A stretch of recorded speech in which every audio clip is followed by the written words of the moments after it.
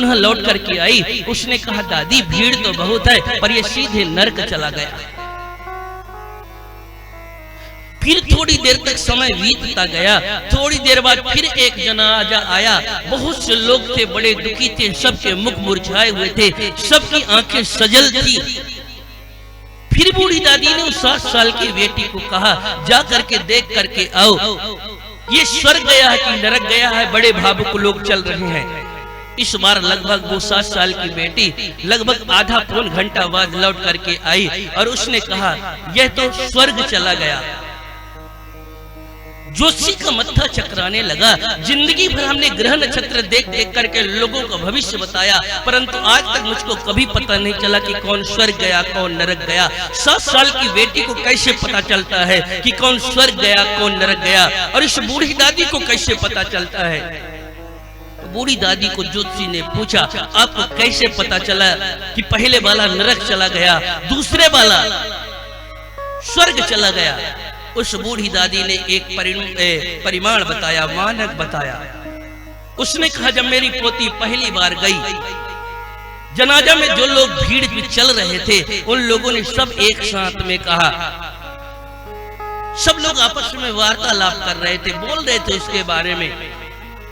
आना तो मजबूरी थी, उसके परिवार के 4 लोग और हैं, परंतु सच कहें पृथ्वी का बोझ दूर हो गया। था तो राजनेता पर गरीबों का मजदूरों का खून निकाल करके लगातार पी रहा था। बहुत अधर्मी पापी व्यक्ति था, मर जाने से पूरा गांव स्वतंत्र हो गया। इससे पता चला लोक में जो बार बार उसकी निंदा हो रही थी उसके कारण पता चला ये सीधे नरक चला गया, ये स्वर्ग का अधिकारी नहीं हो सकता।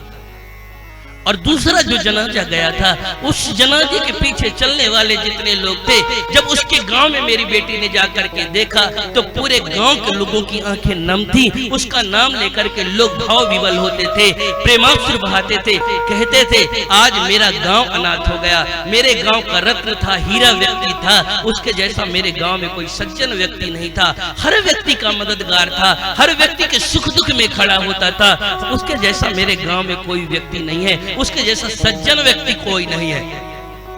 चारों तरफ उसका नाम लेकर उस पुण्यात्मा को बार बार स्मरण कर रहे थे। इससे पता चला कि वह सीधे स्वर्ग चला गया है।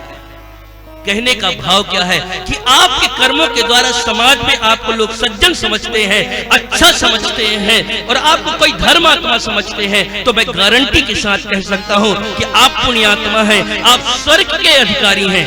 पर आपकी करनी के कारण लोग पीठ पीछे आपका उपहास करें, बुराई करें, निंदा करें, तो निश्चित तौर पर कहता हूं कि आप नरक के अधिकारी हैं। यही स्वर्ग है और यहीं पर नरक है, किसी स्वर्ग नरक में कहीं और जाने की जरूरत नहीं।